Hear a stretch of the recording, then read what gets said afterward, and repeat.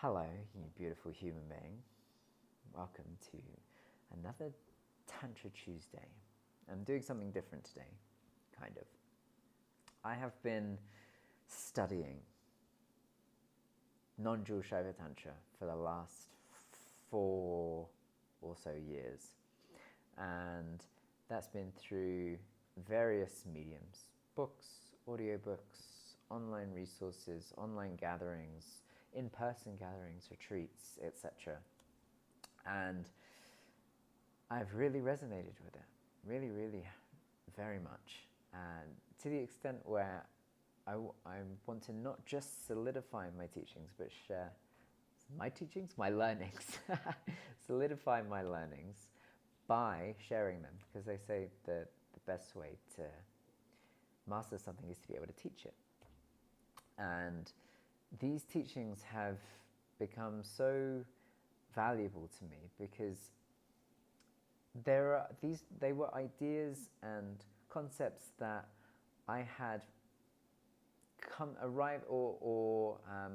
conclusions I had arrived to myself, and then reading these books and studying these teachings, it was like, oh, okay, I'm kind of on the right track. Someone else has kind of figured this out already, unsurprisingly, and kind of documented it and conceptualized it in a way that's digestible, or more easily digestible than trying to figure out oneself. And I really appreciated that. And if I can share these teachings, or at least my wrestlings with these teachings, in a way that is more digestible for you, then that feels like a worthwhile venture for me to pursue. And so what I've decided to do is to go back to the beginning of Tantra Illuminated, beginning-ish. And as I reread and restudy and relearn and reintegrate, I want to share what it is that I've gone through. So this morning I've been reading a section, and now I want to share some of that with you. So I'll be reading a little and then reflecting a little. Taking Harishi's definition of non-dual Shaiva Tantra, he's saying that it's a spiritual movement originating in northern India that reached its peak in the 9th to 12th centuries. So northern India around 1100 AD. And it's primarily characterized by these 3 things. 1, emphasis on direct experience of a divine reality that has transcendent and immanent aspects called Shiva and Shakti, respectively, with Shiva primarily understood as the pure consciousness that is the ultimate ground of being, and Shakti as the flowing energy making up the entire manifest universe. That's pretty dense. That's a pretty dense first point. And so I'm going to break it down a little after I've done the other 2. 2, initiation into a guru-disciple relationship in a spiritual community. Bit more relatable, bit more understandable, those words. And 3, spiritual practice in 4 aspects. Contemplation of view teachings, which I'll get into in another video. Meditative ritual, yogic techniques of the subtle body, and aesthetic cultivation of the senses, all aimed at accessing and assimilating the divine energy of all things in order to achieve both worldly success and spiritual liberation. That's a key point. That's a key point. And I'll speak more into that in other videos, but this idea of achieving both worldly success and spiritual liberation, that you're allowed to have both. This was from my understanding, the big difference in Tantra compared to the stuff that had come before. Whereas the previous stuff had all been about trying to free yourself of the prison of your body and the world. This is saying, no, you can enjoy your experience of life. This human experience isn't to be dismissed, it's to be embraced. And that's one of the things I love about this philosophy, this lineage, this school, this idea, these teachings. So let's break all of this down a little, using some of Harish's words, but also in my own personal reflections. So this idea of direct experience of a divine reality, this is speaking into how our individual experience is all that we know and is our path to experiencing divinity. And what do we mean by that, divine reality? Well, in non-dual Shaiva Tantra, it's expressed that one thing alone exists, and that is the divine. But it exists, and it exists in various permutations. That's saying that everything that exists is God, or is divine, whatever word you want to use for it. It's that word that points to that thing that we can't conceptualize. I'll get to that in a little bit. That's all that exists. And the other side of the coin of that, the implicit meaning, or no, the implicit conclusion, that's the word I'm looking for. The implicit conclusion of that is that everything that exists is God, and so God exists in all things. That this case, and this Kindle, and this phone, and all of this top, me, you, we're all just different expressions of one consciousness. In recognizing that, in seeing and experiencing this divinity in and as all things, is the goal of this practice. And the implications of that alone are huge. I mean, he gets into it in I'll get into it. He gets into it later in the book. I'll get into it very briefly. In understanding that, it comes the recognition that there is no separation. That even though we perceive ourselves to be separate because we have these boundaries of our body, in actuality there is no separation, because whilst this Kindle is separate to me, I can place it down, I'm still experiencing it, I'm still connected to it, and so and it's still a part of me, and I'm still a part of it. And that's true with all things and all people. And that's a nice thing to recognize, this idea of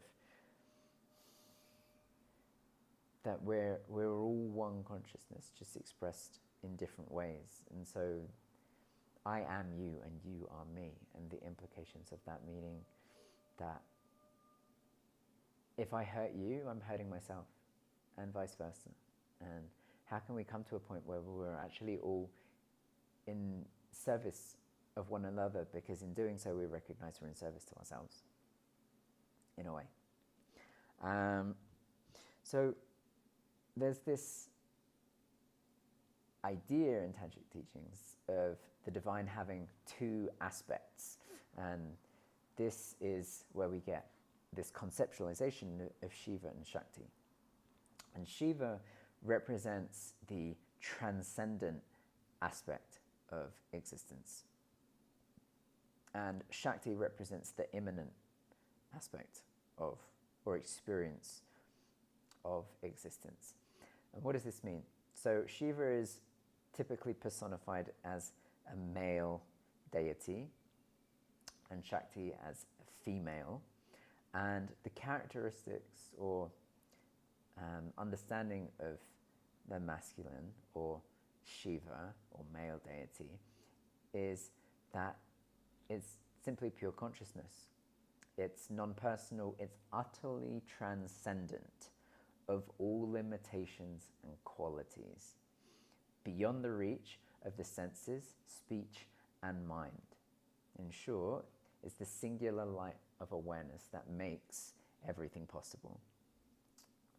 this idea of it being transcendent, this is, speaking to the idea of God. It's pointing to that thing that we can't quite grasp and explain, because it's beyond the reach of the senses. So it's not something that you can taste or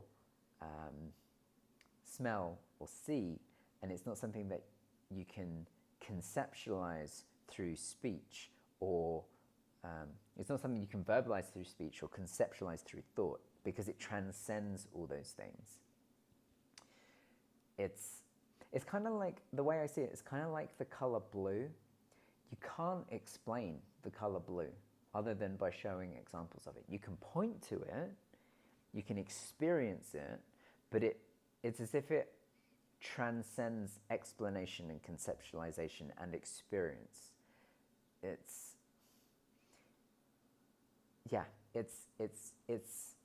It's beyond our comprehension.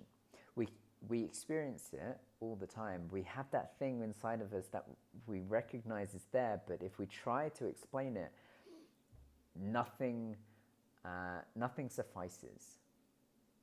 And that's the transcendent aspect of divinity.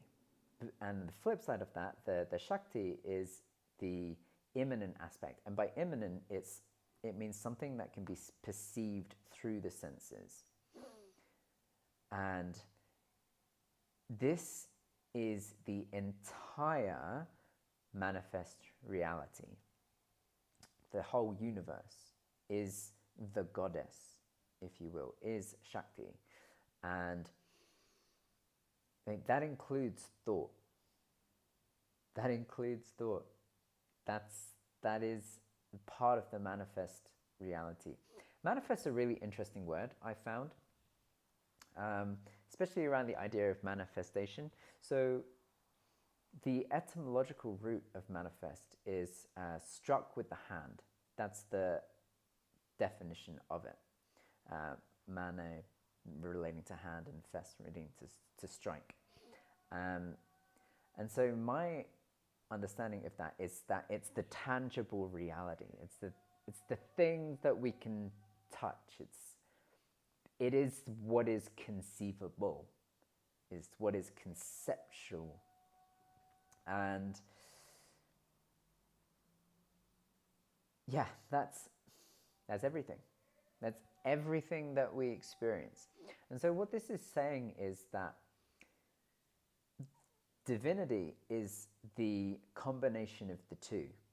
It's the light of awareness, the consciousness that makes all things possible, and it is everything that has been made possible. And it's the balance of the two, finding the harmonious balance of the two, that is the only true spiritual liberation. So in the teachings it says that the two aspects, Shiva and Shakti, aren't actually two, but they're perceived, or they're expressed as two, because they represent two interdependent experiences of reality. So the Shiva experience is the end-static, so the turning in and the surrender of all of manifest reality, and the ecstatic, which is the outgoing, expressive, creative experience, embodiment of consciousness, of divinity. And for me, this speaks to the polaric nature of reality, that life is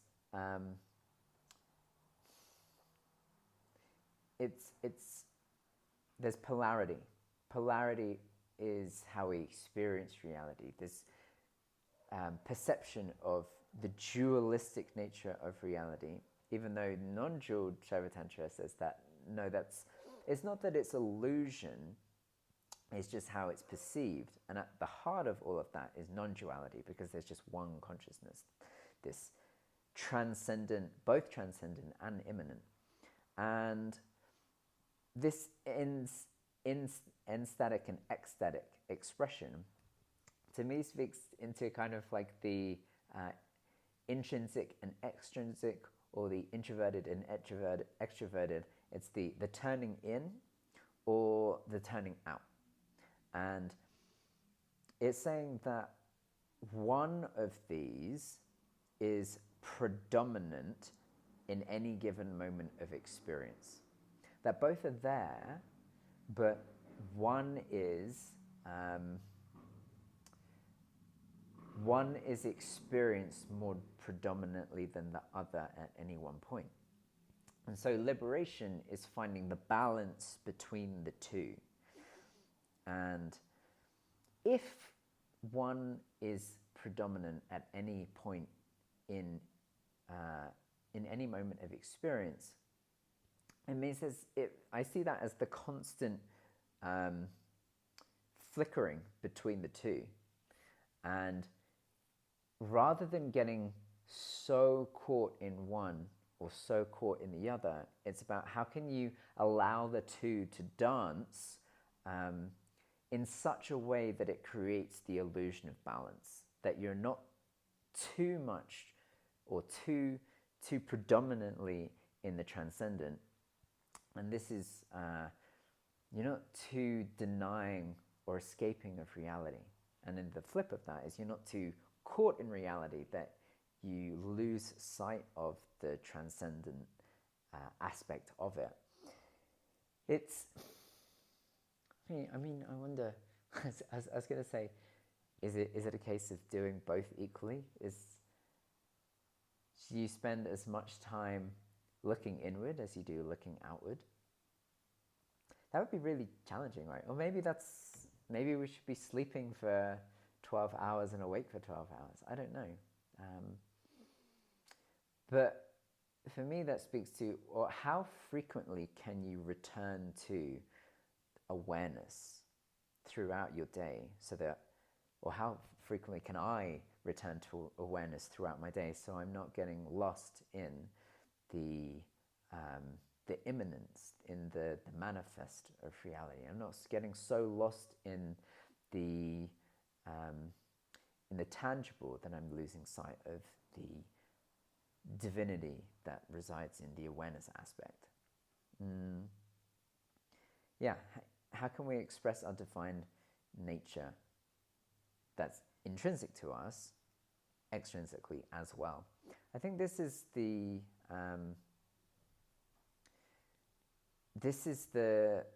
challenge of spiritual practice, and the interesting thing around the tantric teachings, right? So this speaks to the third point. I'll skip to that. The third element, saying that because through the introduction of the yogic practices and the recognition that everything is an expression of divine, it means that the body that you have is divine expression. And so it can be used as a path to divinity, as a path to spiritual liberation. It's not the denying of it, and it's not the denying of worldly enjoyment. It's using it as an opportunity, or seeing it as an opportunity to embrace the divinity of reality. Harish writes here, the revolutionary notion that virtually anything can become a form of spiritual practice. And this is based on the teaching that all things are manifestation of God, of the goddess. Therefore, the body was seen not as a locus of sin and impurity, as in the pre-tantric tradition, but rather as a vehicle to realize divine reality.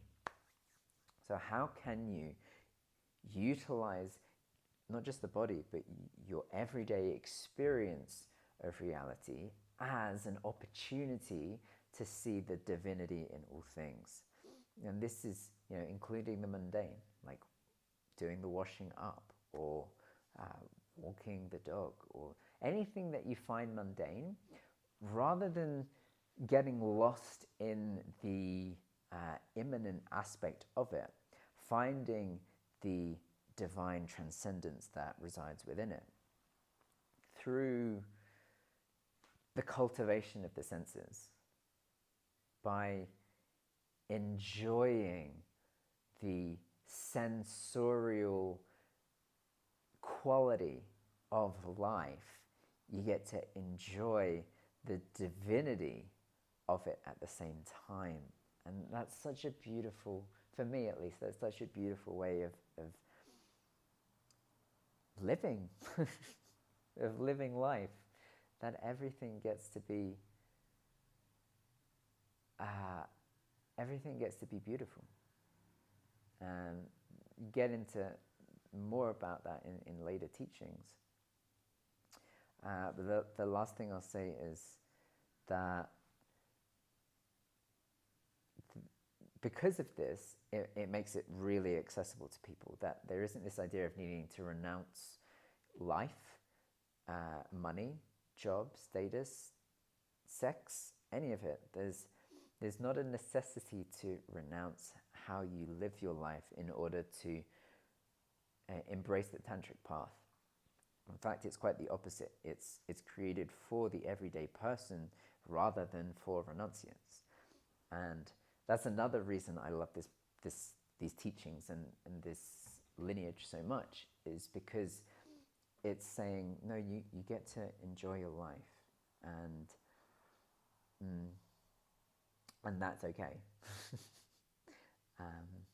And for me personally, I speak into that. I love that because there was a part of me when I first got into yoga. I was been a yoga teacher now for 10 years. That doesn't necessarily mean that I've done a lot of yogic study, though I have. The two aren't implicitly related these days. But when I was doing a lot of my initial yogic studying, I got lost in the transcendentalism of it. It's like, oh, this body is a prison, or I'm supposed to transcend this experience, then why am I even here? What's the point? It kind of dismissed the whole human experience for me, and that was really destabilizing. I really struggled with that. If I'm being honest, it dropped me into a bit of a depressive state, because, well, if this is a prison, then why experience it? Why? You can take that to a dark place. Let's just say that. And so this is why I love this teaching, because it's saying, no, how can you enjoy this gift of the human experience by embracing its divine intrinsic qualities, by seeing all of it as an expression of God, of divine, of that thing that we can't quite conceptualize. And I'm grateful for these teachings, for Harish, and for my desire to explore them because of that. Because even amidst all of the challenge, it gets to be beautiful. And through this practice, there is a way to liberate oneself from all mind-based suffering. That is the path of Tantra, in my understanding. Its liberation gets to be experienced, and it gets to be experienced in this lifetime. And you get to enjoy your experience of life. And so that's where we're at today. That's what I wanted to share. To recap, everything is divine. There's the dualistic expression of it, the Shiva and the Shakti, the immanent and the transcendent and the immanent, the consciousness, awareness, and the outward expression and enjoyment of reality. I didn't speak into it, but the value of being part of a community, to be able, and having a teacher, to be able to go through all of these teachings, to be kept on the right path and be supported by community, is a big aspect of tantric teaching. And to me, the value of community is a big, big thing. So I'm grateful to you for going on this journey, and I'm excited to share more with you.